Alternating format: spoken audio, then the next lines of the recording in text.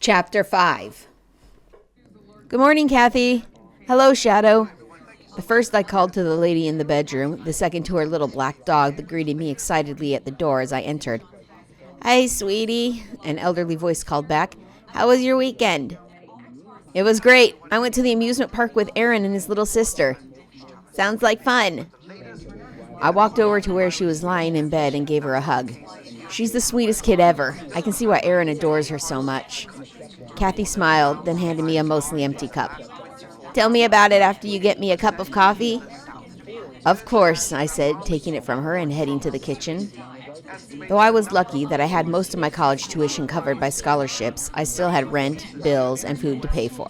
And since I was extremely adverse to taking food service or desk jobs, I decided to try in-home caregiving. It had taken a while, but the company and I had finally been able to find me someone I could help in the mornings and still be able to attend school in the afternoon and evenings. It wasn't full-time, but it paid my bills, and Kathy and I had clicked instantly. She was almost like the grandma I didn't have anymore. I did her shopping, cooked meals, cleaned the small apartment, and whatever other household tasks she needed done, and she let me do homework while we watched TV and movies. I brought her fresh instant coffee and recapped the events of my Sunday adventure. She agreed that Val sounded like a wonderful girl and hoped she would continue to have a happy childhood despite her mother's death. After a quick cleanup in the kitchen and living room, I sat down at a desk in her bedroom and hauled my backpack closer. So what's on the news today? I asked. The usual. Unrest in the Middle East, tension in Asia, a debate in Congress about a bill they need to vote on, someone posting a video online that they swear is a cat person prowling the jungles of Indonesia. Why did they cover something like that? How is that even news? They need to fill 24 hours somehow, and I guess it was recorded by a fairly reliable news reporter, Skylar Phillips, so they're taking it seriously for now. Oh, her. She's the one who does all the major magic-related stories. Travels to Indonesia and Brazil and the Magicus universities a lot, right? Probably. I can't keep track of everyone on the news. Though that Vinny guy is cute. I laughed. He's like 40 years younger than you. A woman can still admire a nice-looking guy even if she can't have him. True. I grinned and pulled out a history book and my digital notepad from my bag. Kathy looked over to me. What are you working on today? History of the Roman Empire, I answered. Just doing an outline right now. We're going to be covering it in more detail later today, but the teacher wanted us to read over the chapter ahead of time. Ah, I remember those times. They were good. Studying for school? I asked skeptically. Nobody liked studying for school. No, the Roman Empire. I really laughed that time. I know you're old, but you're not 2,000 years old. She chuckled. Sometimes it feels like I am. Do you want to watch any of this today? Nah, I said. It doesn't sound like anything new is happening. All right, she replied, and turned on a pre-recorded reality TV show she enjoyed. When the second episode ended and the TV temporarily returned to live broadcasting while she was loading up the next show, we saw something that froze us in place. The news was playing a video of a building at sunset that just disappeared. That's the only word for it. No explosion, no collapse. It was there 1 second and gone the next. I blinked rapidly. What did I just see? The mumbling I'd vaguely heard in the background cleared up to become a news reporter. Don't know exactly what kind of device was used, but current theories from top magiphysicists suggest that it was some kind of new magitech bomb that only works during sunrise or sunset, based on the time of day it was used and the containment of the blast. I stared numbly at the television. What? Across the bottom of the screen, words blared at its viewers. Breaking news. Suspected terrorist attack in Bruchette destroys government building. The video switched to a newscaster sitting in the studio. You're watching PTWNN, your public tech world news network. We're bringing you up-to-the-minute news coverage of this devastating story where a government building in Bruchette, France was hit by terrorist attack less than half an hour ago at 6:34 p.m. local time. It is unknown how many people may have been attacked in the building at the time of the event or why this specific building was targeted. Authorities do not know who is responsible, but they are reviewing all available footage of the building at the time surrounding the attack and are asking anyone who might have any information to contact them as soon as they can. Jose is near the scene covering the events as they happen. Jose? The scene changed, this time showing live footage from traffic cameras around the location the building used to be in. The area was completely deserted, and an overlay from the news station had a clock that read 7:02 p.m., 9 hours ahead of our clocks. A video of the reporter holding a microphone was placed in the corner. As you can see, there is nobody near the missing building. The temperatures of the air around the blast zone is over 200 degrees Fahrenheit and rising. Close to 4,000 people have been evacuated from what the authorities are calling the heat zone, a 5-mile radius around the area that scientists have projected will become superheated in the coming hours.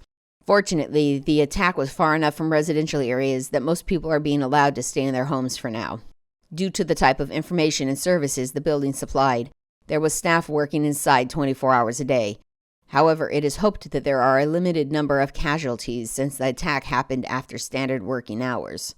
Both authorities and government officials have yet to make any official public statements about the event. It is unknown whether there are more bombs planted either in the area or elsewhere around the city, but authorities believe it is unlikely since they expect other bombs would have gone off at the same time as the first one. However, police are searching all accessible government buildings in the city with Magitech bomb squads and dog units. Back to you, Teresa. Thank you, Jose. Again, here's the video we have of the moments leading up to the attack.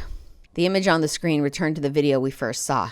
A traffic camera, which monitored the street corner beside the building, had caught the entire event, or at least what little there was to see.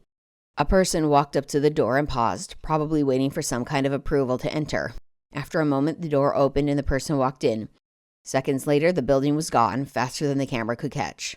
All that was left was a crater in the ground where the building used to be.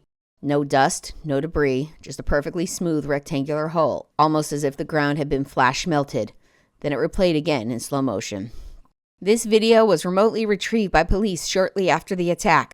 We've slowed it down to try to show any indication of what might have happened, but unfortunately, the camera was unable to capture the details.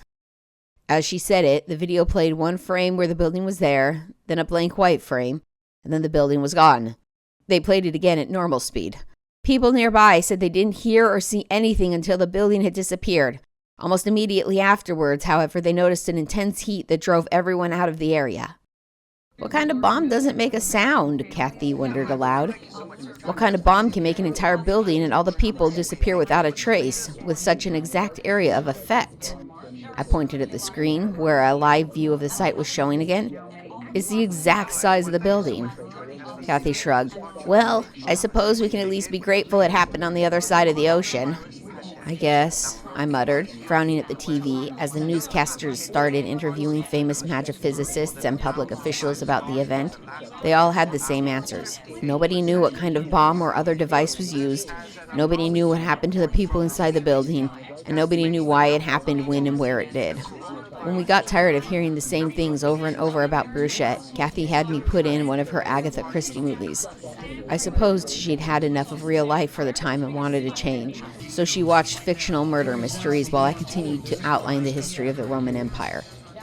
Mondays and Wednesdays were 1.5-hour-long European history classes at school. I was also taking the Western literature class, Brazilian Portuguese 2, critical thinking, and essay techniques. With a major in linguistics and a minor in world literature, I was hoping that I could be a traveling translator for the news or government someday. Or maybe a historical researcher. Or maybe I'd collect lesser-known folklore and write a book. Okay, so I didn't know exactly what I wanted to do with my degree, but it opened up so many possibilities. After my 6-hour shift with Kathy and my short day at school where the teacher talked about in detail what I'd read that morning, I was able to work on my lit history essay on my way home so I could have more free time that evening. When I got home, I fed my cats and reheated some leftovers for myself before dropping into my chair and turning on my VR computer.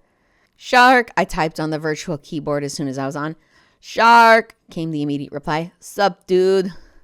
Call? I asked. Chatterbox started ringing almost before I got the single word out. Did you hear what happened in Bruchette? I asked Mikhail as I checked my email and scanned my favorite social media sites. Yeah, that sucks.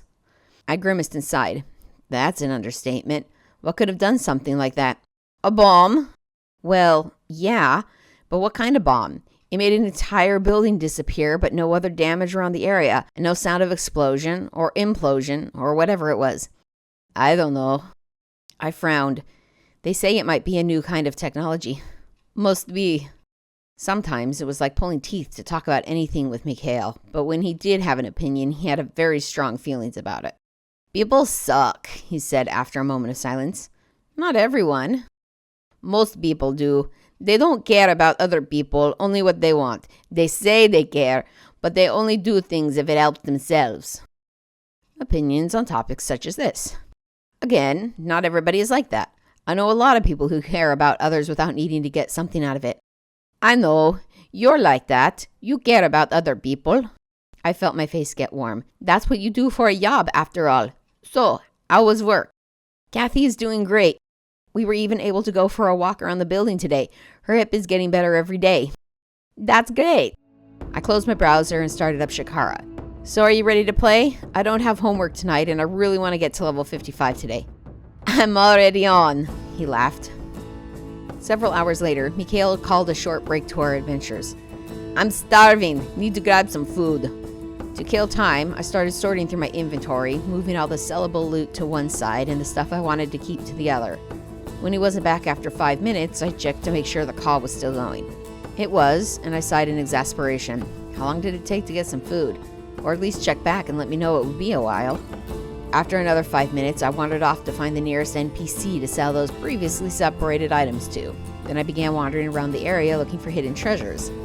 These were randomly generated items that were part of sets. When you found a whole set, you turned them in for special currency that was used to purchase otherwise unobtainable items, such as costume pieces or cute but mostly useless vanity pets that followed you around.